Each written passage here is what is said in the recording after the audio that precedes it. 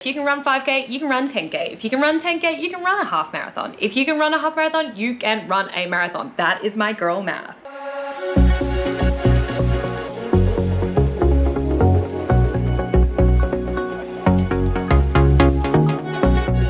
Hello guys, welcome back to my channel. You are with Holly.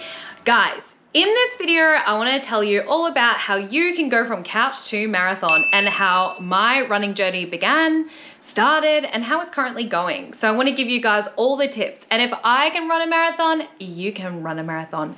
So do keep watching if you want to know how. And also, here's a little bit of context. Just to give you guys a little context about myself, I've now ran well over 6-7 half marathons and a full marathon, currently training for an Ironman 73, and I am a full-time dancer. So I work all that into being a full-time dancer. Anyway, back to the video, how my running journey began. As a kid, I grew up doing athletics. I was always consistent. I wouldn't exactly say I was like athletic, but I have like this crazy work ethic where if I start something, I'm just stubborn and I want to keep doing it until I can be the absolute best that I can be at it. So even though I'm not naturally that gifted at things, I have this kind of like workhorse mindset. So I started athletics when I was a kid. I was like a big swimmer, so would do boot camp. I was swimming like twice a day, ended up becoming a regional swimmer, then really got into athletics. And I was so committed to the craft that I had to train every afternoon with my dad. He'd train me.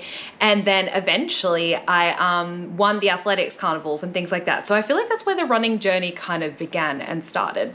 Like I officially kind of started as a swimmer and then transitioned into running and stuff like that. So yeah, I got used to competing and stuff like that at a young age and loved it. Even though it made me really anxious and the pressure, I absolutely loved it. And I kind of worked at things until I got those ribbons on the chest. But once again, I am by no means saying why is there a fly in here? I am by no means saying that I am like this crazy gifted person by any means. But yeah, I definitely had the committed mindset. I was always like at the field running. I was always waking up early, training before everyone else, staying behind school and training after school, even just out there on the field by myself. Like, yeah, I just have been like that from a young age. When my actual running journey began was in COVID. What a time, right? So during COVID, I actually started running for the wrong reasons. I was really looking for weight loss. I was in a calorie deficit and I thought I'd start running so I could lose weight. Also, a really bad reason to start running. Do not start running if you're trying to lose weight. It is the worst thing to do. A, because you need to fuel yourself properly if you're running, and B, you will quickly find out running does put your body under a lot of stress and it's just not a good method for weight loss. And instead, you should be doing running for mental health as well as physical health. So there are so many other benefits for it, and running should never be a punishment. Anyway, little tangent there. So essentially, I started running during COVID. When I started running, I had no idea how to run. I had no gear, no idea.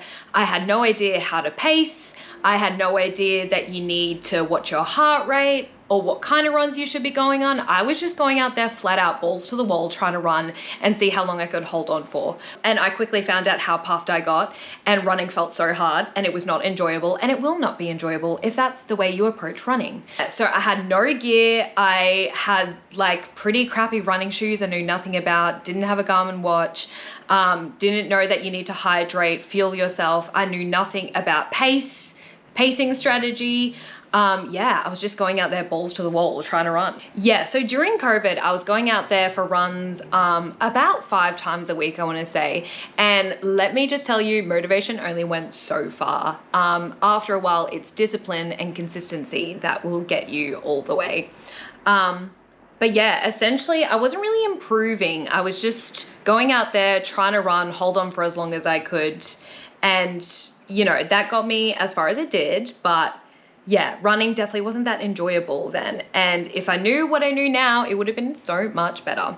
Fast forward, now that I've done over 6 half marathons and a full marathon, she's learned a few things along the way. And I want to impart some of that wisdom, if you would call it wisdom, onto you guys. Because if I can do it, you can do it. Anyone can do it. I firmly believe that if you can run 5K, you can run 10K. If you can run 10K, you can run a half marathon. If you can run a half marathon, you can run a marathon. That is my girl math. So I want to give you guys some hot tips about how to run a marathon and do it effectively and enjoy it. So first and foremost, it does definitely help if you have the right gear.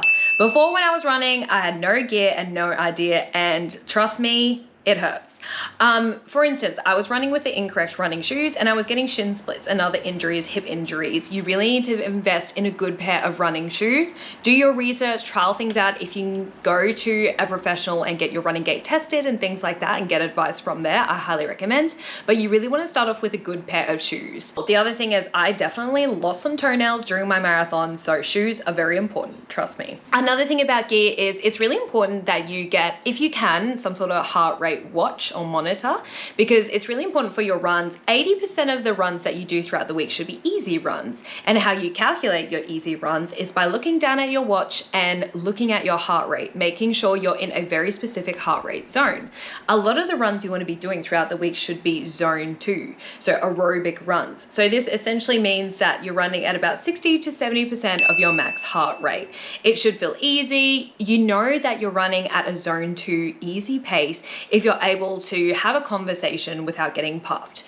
So even if you're running along, test it, you know, even just speak out loud and see if you're getting puffed by the end of it. It's a really good way of knowing that you're running slow enough and easy enough. More on gear. Some gear that you guys should invest in is like running belts, because I hate carrying my phone and keys when I run.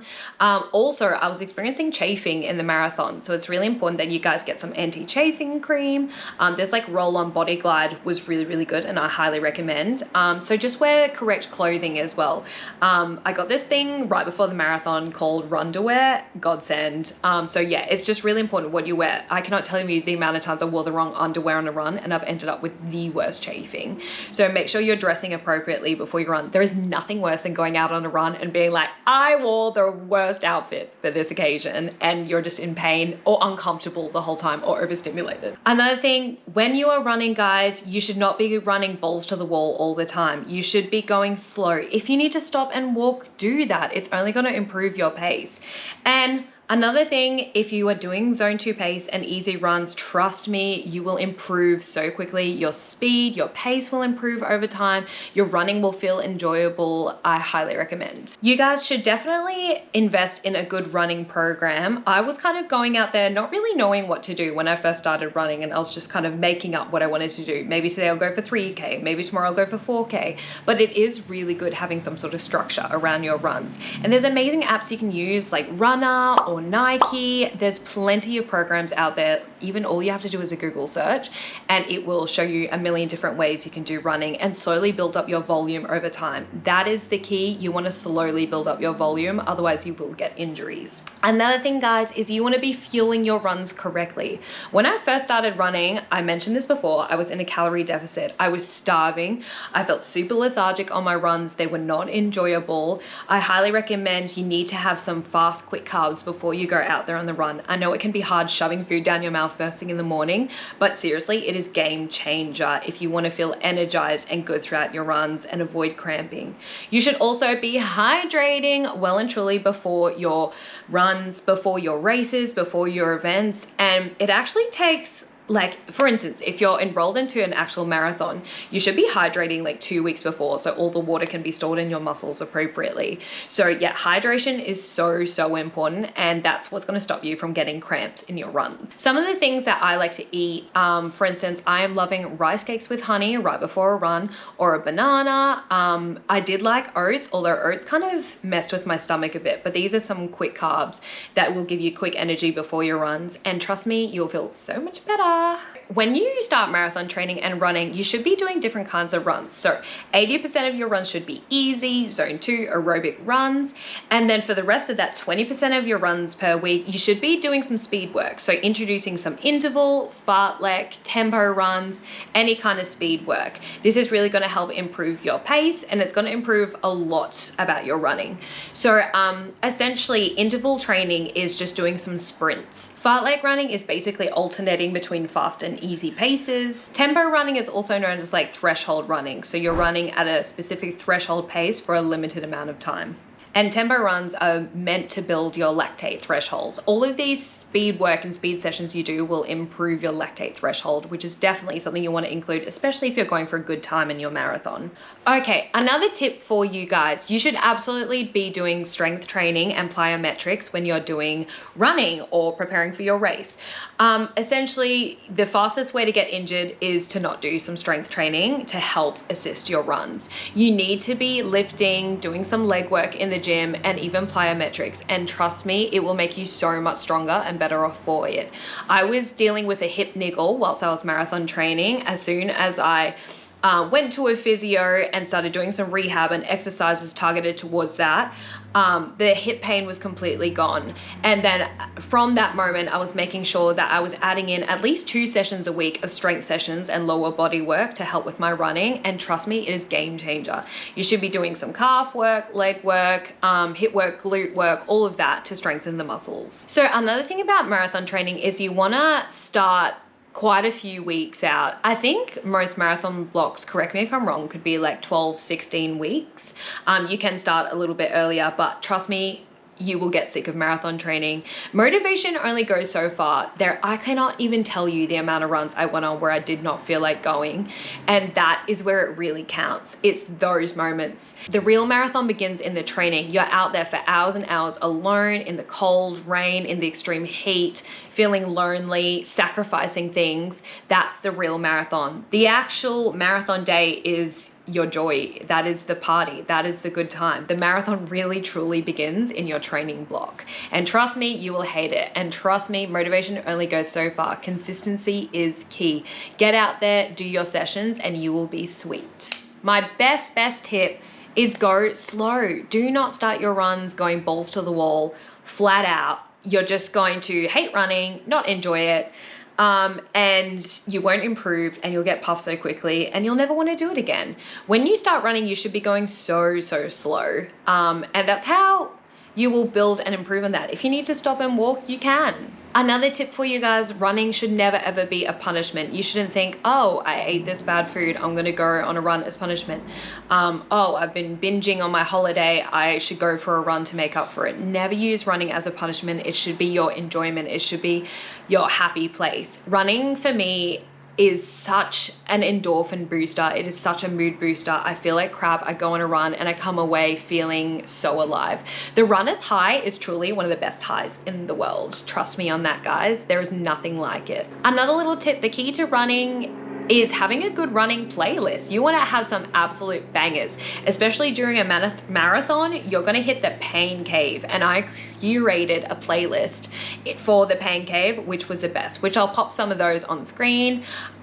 Even using some movie soundtracks to get me there. Some stuff that I correlate with a movie where it's like a big climatic scene really helps. And then I think about me like getting through it, like dramatic music, stuff like that I really loved and helps. So the key to a good run is really good running playlist or an audiobook or a podcast. I listen to a lot of podcasts on my long runs because I was out there for like hours on end, and it was so much fun. Another tip, guys, when you're running, you need to make it a routine. You need to just get out there and do it. If you spend too long thinking about running, you'll never make it out there.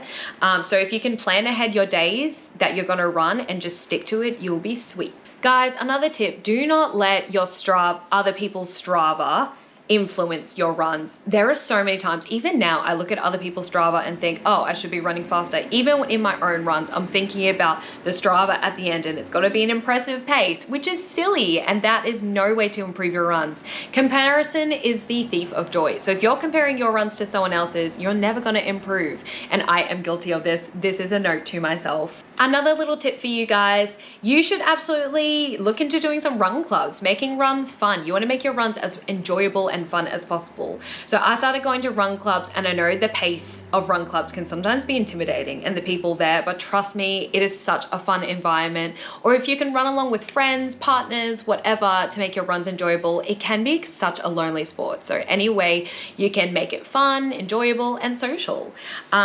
the best part is when I was traveling, I went to Bali recently and went to a run club and had the best time. It was a surreal experience doing this sunrise run at a run club, meeting new people in a new place. Like, I cannot recommend it enough. All right, another hot tip for you guys. You need to increase your mileage slowly. Let's say one day you go out there and you're running for 3 minutes and then you take some time to walk.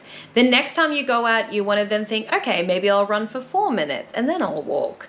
When I was marathon training, I increased my mileage slowly. So I was kind of increasing by about 2 Ks on my long runs per week. So I went from 13 the following week to 15.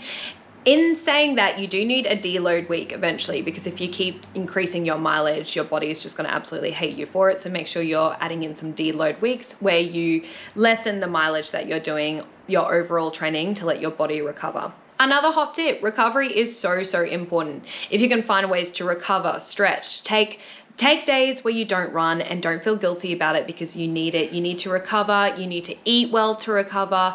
If you can roll out your muscles, if you can stretch, yoga, if you can go get sauna, spa, recovery boots, whatever that may look for you, recovery is so important. Okay, another thing with recovery, it's so important. I did high rocks 7 days before my marathon, a high rocks competition. That was the worst thing ever. I felt my legs in the run, and my legs were screaming at me. At about 15 Ks into the full marathon, I started feeling it. Recovery is so important. You should be doing those deload weeks, especially in the lead up to the marathon. You should be taper appropriately. I definitely didn't taper well before my marathon race, and it definitely affected me.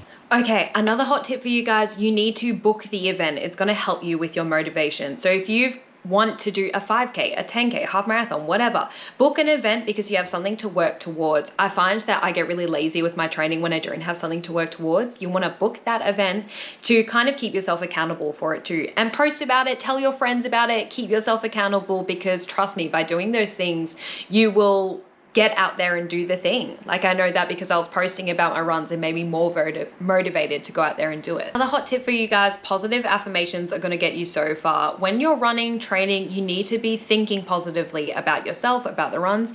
Even as you're running along and things are starting to get hard, even if you say it out loud, things like, you're doing so well, you're going to get through this, you're going to make this, your brain genuinely believes it. You need to give yourself so much positivity and so much light. The second that you start doubting and thinking negative thoughts, your body starts listening to that. And you know, it's normal to have off days, but of course you want to just try and be as positive as you can. Also guys, we need to celebrate the small achievements. If you just ran your first 5K ever, or 10K or whatever, that's so exciting, and you need to celebrate that. I know, once again, looking at social media and seeing all the crazy things people are doing, you can often get into the habit of believing that, oh, what I'm doing is insignificant compared to that. No, everyone is so different, and you should be celebrating any achievement that you get. It's huge. Yay! Okay, so that's just a little bit about my marathon tips and my marathon journey. I really hope you guys enjoyed this video. Please share your journey, share the love,